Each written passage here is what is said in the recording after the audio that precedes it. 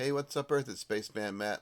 I'm here to again look at the offerings of classic Doctor Who on Tubi TV. Here in America, I'm not sure about the other parts of the world, but here in America, Tubi TV is offered free of charge and shows advertisements. So for the first time, you can stream classic Doctor Who without a paywall. Today, we're going to look at the second Doctor, who is actually one of my favorites. Um, I always it's a toss up between him and Tom Baker, but I think they're both they were always their performances were always good, regardless of how good or bad the material they were working with. I think that kind of sets them apart from the other actors that play Doctor Who. A lot of the actors are only as good as the material that they're given to work with, I think. But I think they always made a special effort in their performances. Um, I always say that I think the second Doctor, played by Patrick Troughton, uh, was my favorite characterization of the Doctor.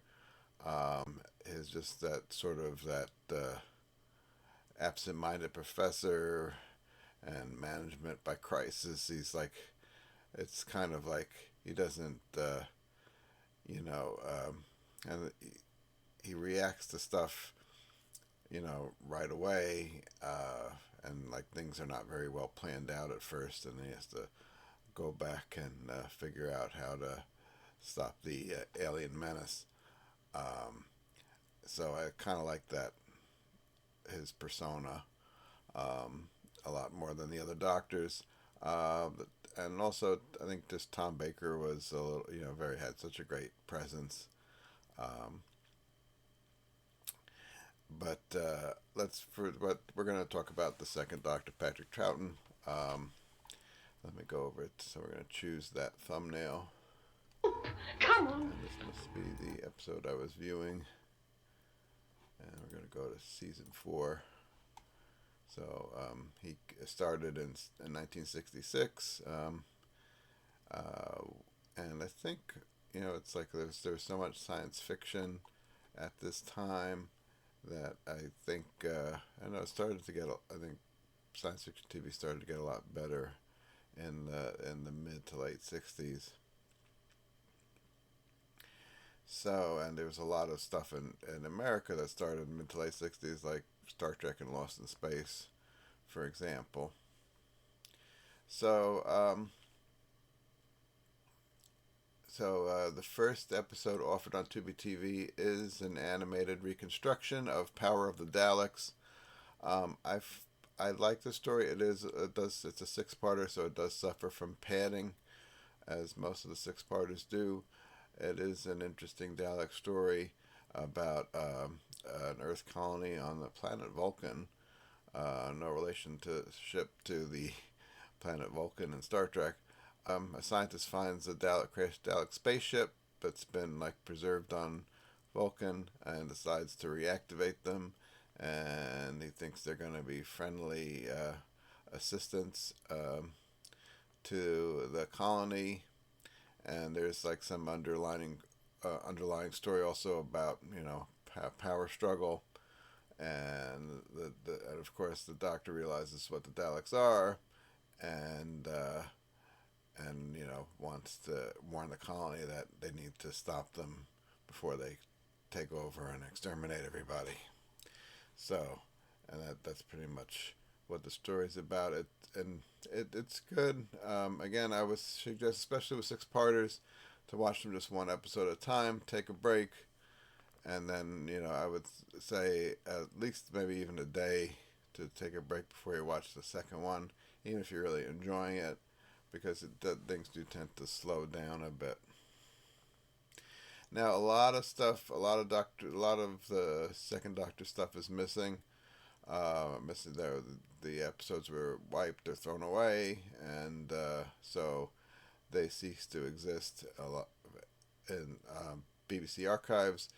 They have recovered some, and but Tubi TV only offers either the complete animations or the complete serial. So there's a lot of stuff missing from Doctor Who. And one thing that that is, and I know Underwater Menace recently came out back in January, at least in America, with I guess a fully animated version of it, and that was the third story for Patrick Town. There's Highlanders, which nothing's been done with. It's only exists in audio right now, and maybe fan reconstructions of the Highlanders. Um, and that was the Highlanders was the last historical episode, which I'm not a big fan of, so I'm not too worried about. And I have listened to the Big Finish audio, um, and it and I was just things that surprised me with Highlanders was Patrick Chan being a character actor. I didn't think he did a great German accent, which I thought was surprising. And he had to do a German accent, and the Highlanders, he pretends to be a medical doctor from Germany, and I forget how that fits into the story. And then the he did a much better job in Enemy of the World as Salamander, where he did like a Castilian Spanish accent, which I thought that was pretty good. Anyway, so the third episode, Underwater Menace, just got released as an animation back in January. Um, and it's significant, and I think a lot of fans don't like that episode. It is significant in that it's where Patrick Troughton decides how he's going to play the Doctor finally. So the starting from the Underwater Menace, he develops the character there, and it continues throughout the series for the most part. With the same persona. I have a DVD that was like it was the two existing episodes plus the telesnaps. People don't, I guess that people don't really like this episode too much, but and it's all right, and it is interesting just to see Patrick Chan for the first time developing his second Doctor persona. So that I think that's probably the most interesting part of that episode. And it's not available on Tubi TV yet, but perhaps the full animation one will be available soon. Who knows? I'm holding off buying the fully animated DVD because I want to see if it winds up here. But we'll see. The next episode is that they offer on Tubi TV is Macroterra, and for some reason this exists. I have this on DVD as well, and it does exist in a color version. For some reason they decided to post a black and white version. I don't know why, because a lot of the other ones are color, and I find the story moves kind of slowly. I think it is. Oh, is it only a 4-parter? Oh yeah, see in the final episode, the fourth part is in color for some reason. It's really strange. I don't know what they did there, but I think again, I think this one suffers from pacing, even though it's a 4-parter. And one thing Josh Nares does a lot of these videos about classic Doctor Who, and one thing he pointed out was there's a scene missing where the Doctor. They come to the colony and they try to spiffy the Doctor up. They're like a machine that will help him with his grooming and stuff like that. They get him well groomed, and then he kind of just all messes it up. He gets very upset, and then so that was kind of a funny scene that I've heard on the audio version of it, but it was deleted from this video release, this animation video release for some reason, which I thought was odd. Then back in color is the faceless ones. I thought this was also a pretty good episode, and I do think this is how many is this? 6 parts. This is 6 parts. It does move at a decent clip, and it's a little different than the usual story.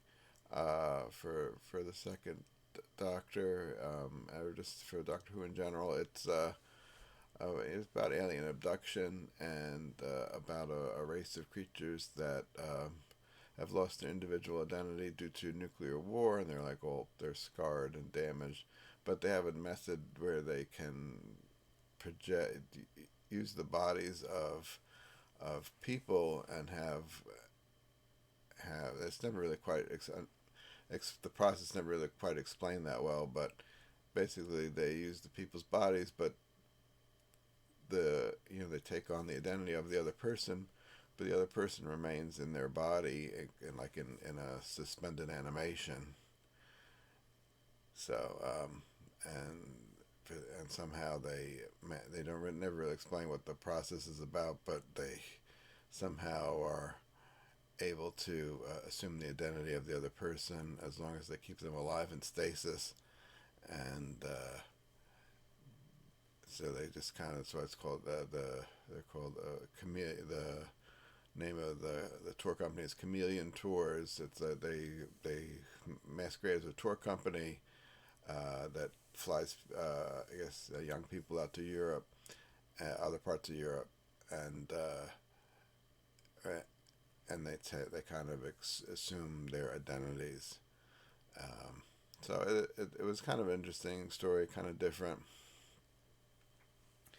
Missing, I think it's from this season is the Moon Base, which is on DVD. And again, this is a partial link that says 2 existing episodes and 2 animated episodes if you get the DVD.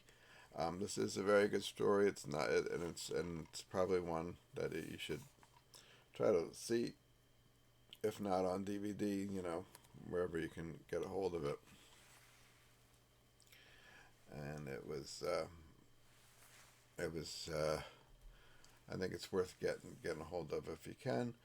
And we'll move on. So I think this season 4, it begins and ends with Daleks, and ends with Evil of the Daleks, which again, this was supposed to be the very last Dalek story, as Terry Nation was going to take his Dalek property over to America and make a series, which never happened, of course. And so the Daleks, it seems like the Daleks are destroyed once and for all by the end of this story. It kind of a lot of the stories, it's set in Victorian England, and it kind of reminds me of like a Dickens novel. Kind of some of the plot elements and stuff remind me of Dickens, but it involves time travel and some of it's set in modern London, and they go back in time to Victorian times, and they pick up a companion named Victoria, and there she is. There's an animation version of her there. So for this season, they pick up Victoria as a companion. Ben and Polly left at the end of Faceless Ones. I forgot to mention that. And so then he was just with Jamie, and then they pick up Victoria by the end of this episode. And the one weird thing about this is Patrick Troughton's performance is much more subdued than he normally is, and I don't know if that was because maybe the director said, to ask him to tone things down a bit. It was a more serious episode in some ways, but for some reason he seems a lot more subdued than he is, and this is really the one that he seems to take it down a notch. For the most part, he pretty much keeps the same persona throughout. I don't know what happened here, but something if I ever see Fraser Hines at a convention again, I'm going to have to ask him that question. And then we're going to move on to season 5. Season 5 starts out with Tomb of the Cybermen, which was one that was recovered in '92 they found this one in Hong Kong. It's a shame they didn't find the other ones. And, it just makes you wonder if collectors are hiding them somewhere. And there's rumor that that collectors do have a lot of the missing episodes, and they just don't want to. They want to have something that nobody else has, They keep it from the general public. Tubi Cyberman is really good. There's a scene with the Doctor and Victoria where he which is like kind of not typical for Doctor Who. He tries to comfort Victoria and tell her that he has a family too, and he doesn't think about them. They rest in the back of his mind because and he just says carries on with his life. So there's a nice little speech that he gives to Victoria in one scene. And again, this is very good. This is a pretty tight four-parter, and it was interesting, and the Cybermen were pretty good in this. The Abominable Snowman features the Yeti, and this is all animated. Again, I think there's like one surviving episode for the Abominable Snowman, one or two surviving episodes, but this is a six-parter. But they animated the whole thing, and again, it's a very interesting plot. It's very eclectic. It pulls things from ancient Tibet, from the sighting of the Yeti or the Abominable Snowman, and then in this story the Yeti are mechanical creatures based on the real Yeti, and it's really all a plot from this thing called the Great Intelligence, which is like a non-corporeal being trying to enter into our universe. He's taken over the mind of the abbot from this monastery, and he's used him to build over the years these Yeti robots. He's kept them alive longer than would be normal for a human being. He's made these creatures, and he's planning to, it's basically a plot so it can help him manifest into our reality. That's the Great Intelligence I'm talking about. And the Doctor, of course, thwarts the plans. It's just very creative, but the whole story idea, I don't know where it comes from. I thought it was very unique. It is paced rather slow. Next is Enemy of the World. So they found Enemy of the World relatively recent, like 10 years ago, I think. They released it 10 years ago for the 50th anniversary, and along with Web of Fear, which is not offered here. Again, I have that on DVD. I'm not sure. There's Web of Fear on DVD. There's two versions. There's one with the animations for the missing episodes, and this one just has like telesnaps or little brief reconstructions based on with photo stills from the other episodes, which is fine again because it's another six-parter that's kind of padded out quite a bit. It is a good story, and it's and the Yeti are very menacing, and Web of Fear in particular. And it was like, I thought one scene was I'm talking about Web of Fear now, that was quite violent, and where the Yeti kills a soldier, and I thought that was kind of intense for television around that time. It's funny. Enemy of the World, which they found, and they have the complete version of Enemy of the World, and so it's here on Tubi TV, and it's a very good story. It's different because there's no monsters. It's more of an espionage story, and about a dictator whose palace is in Hungary, and it's funny that Hungary, and there's Viktor Orban from Hungary who's been in the news lately, and he's also in Hungary. So this is a dictator. It takes place in the far future year of 2018. So it's kind of quite not too far. It's like that's 5 years ago, and the Doctor has a double called Salamander, who's a dictator, who does have a palace in Hungary in this story, and but he's Castilian from Spain, and the Doctor does a Spanish accent. I think he does again a very good job with the Spanish accent on this one. Um,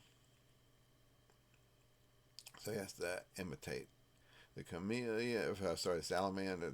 So the Doctor has to imitate the salamander, and then salamander at one point imitates him. So it gets kind of confusing as to who's who.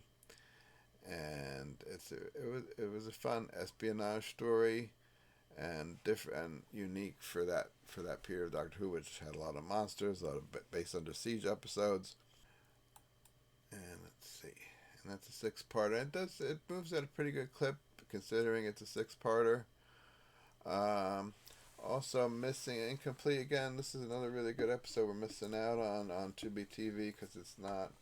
And I believe the missing episode. This is Ice Warriors, and I believe the missing episodes are animated on this DVD, and or it's done in a way that it's they fill you in.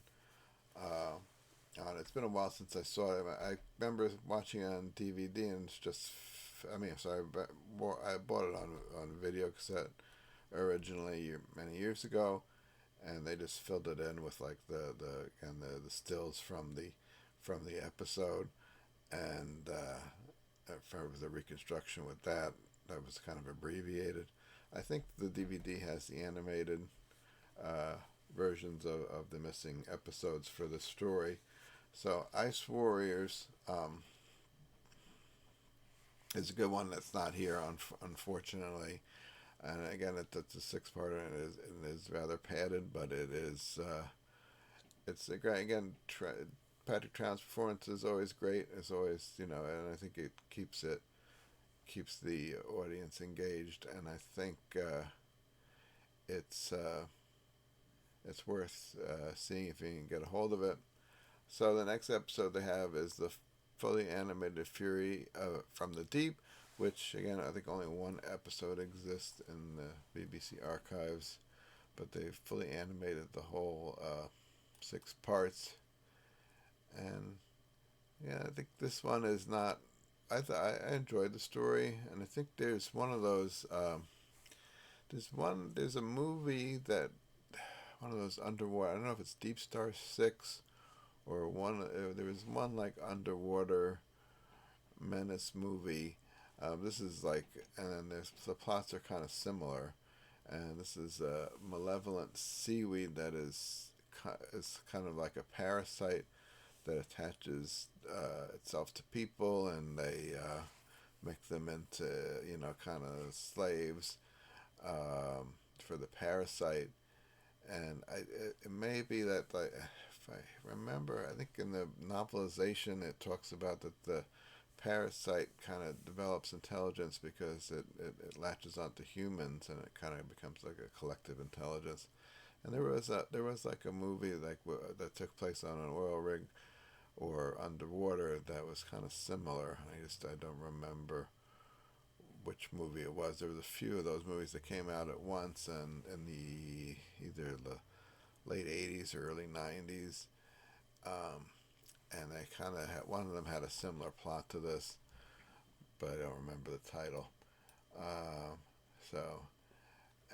So again, I like Fury of the Deep, and it is a 6-parter, and I think again you have to watch it like one episode at a time, but it is very good. I think the animation kind of they take liberty with the sets, and they make them kind of big. There's the complaint that they made their arms too long, and I don't know the reasoning behind that, but everybody's arms are kind of long in the story, and it's not well proportioned.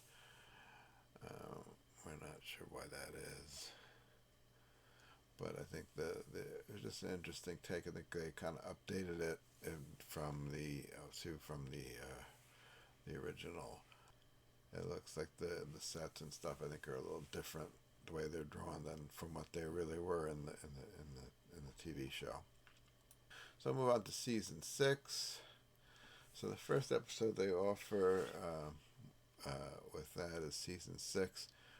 We're missing Wheel of Space, which did not get a full DVD release. There is like a Lost in Time collection, which has I've seen the Wheel in Space. That's another story featuring Cybermen, and it introduces Zoe Harriet as a companion, who is a librarian on the Wheel of Space, and she joins the Doctor, and she's in this first adventure, the Dominators. The Dominators, I think, is the only real surviving clunker for the Patrick Troughton era. It's not very good, but it's worth it. Some of it's worth it to see Patrick Troughton's performance is really good. He's very funny in a lot of scenes, and and his performance is good, but the story is really bad and kind of annoying. There's the Dominators there. And it's very like low budget kind of costuming there, and just kind of a strange look that the Dominators have. They also not pictured here are these little robots called Quarks. That again, I think they were another contender to replace the Daleks at some point, but that again never happened. And they were little, and they were like these little cutesy robots that were played by school children because they had to be small to fit in the costumes. So and they have a synthesized voice, which is kind of high pitched and annoying, and you have a tough time understanding what they're saying. And overall the story is really nothing special, and if there's one story to skip, it's this one. That's followed up by The Mind Robber, which was an interesting one, where there's a volcano at the end of Dominators, and the TARDIS takes them outside of reality into the land of fiction, which is run by a villain called the Master, and he's not the Master that later is from the John Pertwee era. He's a human pulp fiction writer from like the 20s that gets abducted into this alternate realm that's again run by a supercomputer, kind of a little bit like the Celestial Toymaker, except it's like a non-human entity that's running the show. Then he's just using the brain of a 20s pulp writer, and they make in this realm they make fiction into a reality. The first two episodes are I think the first episode at least is a bit of padding with these where the Doctor doesn't want to leave the TARDIS, but then they get lured out by illusions, thinking that they're back home, and so Jamie and Zoe wander out of the TARDIS one by one, and then the Doctor has to follow them, and they get abducted by these white robots, and then they're in the land of fiction. There's a lot of funny scenes with the Doctor interacting with some school children, and Zoe. There's from Zoe's time. There's a superhero called Carcass, which is a strange name for superhero, but and Zoe knows he's not real, but the Doctor doesn't. So the Doctor is afraid to fight him, but then Zoe, just has to kind of deny that he's a real superhero. So she's able to wrestle him. So there's a funny scene where she's wrestling with the superhero called the Carcass, and it's kind of it was cute. There's a lot of cute scenes, and it's a 5-parter, but I think it moves at a pretty decent clip, and a lot of different things are happening in the story until they can defeat the Master of the Land of Fiction. A little bit some similarities with Celestial Toymaker, but I think this is this one's complete, so you can see, and I think this might be the better of the two episodes. And there's another one, The Crotons, which I think is a decent 4-parter. I think a lot of fans do not like it.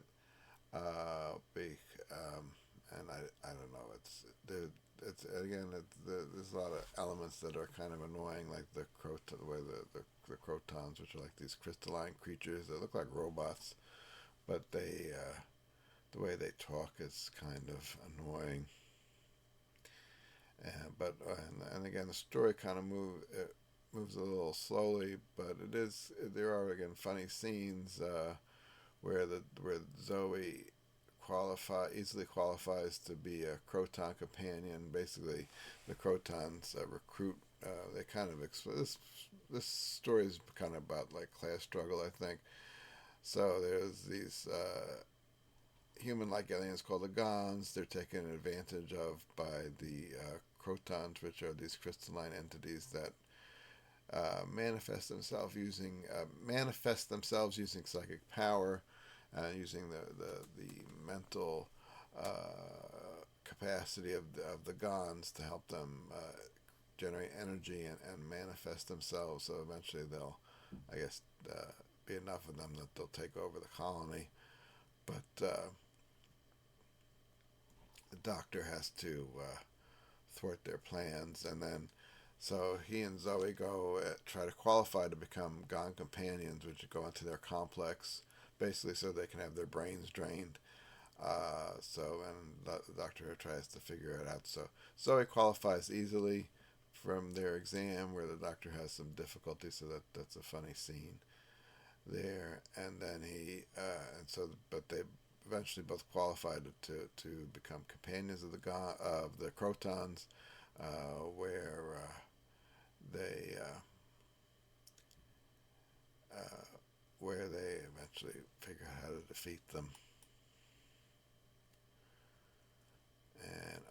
And then there's Seeds of Death, which is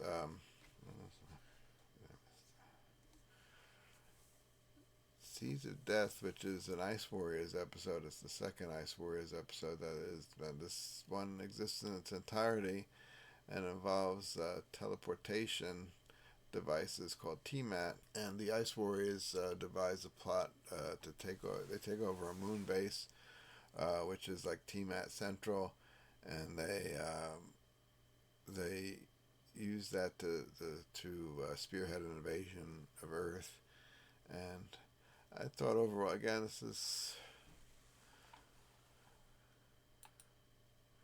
a six-parter, and it suffers a bit from padding. Missing from here again because it's an incomplete story that's partially animated. For some reason, they don't include the partial animation ones. It's the invasion, which only 2 of the 6 episodes of the invasion are missing and animated in this. And I think the interesting thing, and invasion, I think it's a Cyberman story, and it suffers a little bit from again from padding and slow pacing, but there's an interesting in one of the animated episodes. There's an interesting scene where the Doctor is calling, making a phone call to the company that is really like a front business for the Cybermen, run by this guy named Tobias Vaughn, and it's really again he's orchestrating an invasion of the Cybermen. And there's a scene where he's calling the company for the International Electromagnetics or something like that. I forget the name of the company. And he's calling the company, and it's an automated, it's a computer receptionist that picks up the phone, which I thought that was an interesting prediction for the future, because in the 80s, I think in the late 80s, they started the automated receptionist thing started, and the Doctor has a tough time trying to talk to reason with the computer that answers the phone, and trying to get a hold of a live person to find out what happened, because I think Zoe and her friend disappear, and they're trying to locate them and see if they were still at the company, but they can't get any live person to pick up. They just get the automated assistant. So I thought that was an interesting prediction of the future. Probably the best one I've ever seen in Doctor Who. And unfortunately, it was only available as an animated scene. I would have liked to see what the real one was like. Um, and one episode that's missing altogether that is not reconstructed, or I'm not even sure if there's telesnaps for, but it's the Space Pirates. That one they haven't animated. It's not a very good story. It's probably worse than even the Dominators, and I think it's a little bit like pays homage to like the pulp space science fiction, like Rocky Jones, Space Ranger, or Space Cadets, and the ones from the 50s, and the old E. Doc Smith novels from the 20s. That kind of like space opera adventure. And I think maybe it was kind of a response to Star Trek, which probably started airing in Great Britain. The Space Pirates have an annoying, like a background music that sounds a little bit like the Star Trek theme, or like a parody of it, with like a operatic, high pitched voice going on and on. Anyway, so the final episode offered by Tubi TV is The War Games, which is Patrick Troughton's final story. And it's a 10-parter, and this one definitely you want to do it one episode at a time, and take little pauses between the episodes, because there's a lot of padding. And this is the first time that we know that the Doctor is a Time Lord from another planet.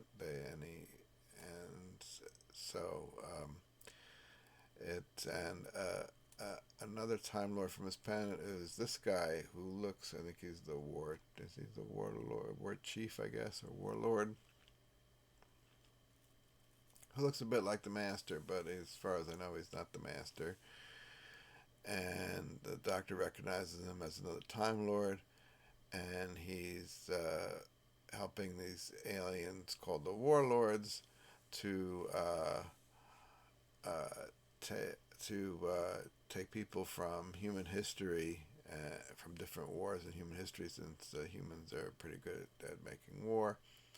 They abduct all these humans from different parts of the past, and they're going to make an army to like take over the galaxy, I guess.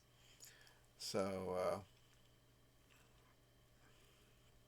I think it's a little bit of a crazy plot, but it is what it is. And the Doctor realizes he's not going to be able to stop him on his own, and needs to call his people, the Time Lords, to straighten it out, especially there's another Time Lord involved. So he wants to call them in. It gets interesting once they show up. I think when they're kind of just running around the different time zones, it gets a little boring. But when the Time Lords show up, or when they're about to show up, it makes it a lot more interesting. And they have to straighten out everything.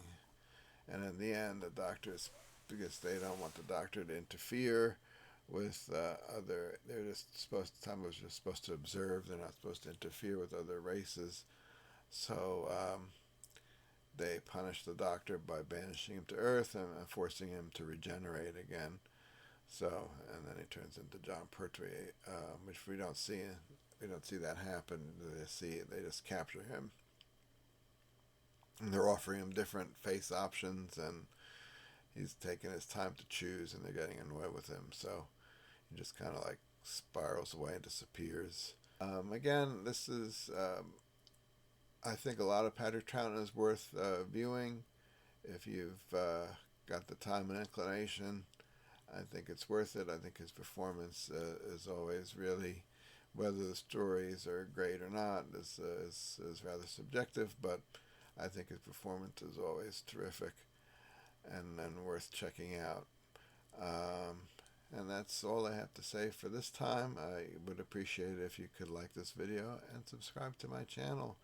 It would help me out a lot. I would appreciate it. Thanks for watching, and I'll see you next time.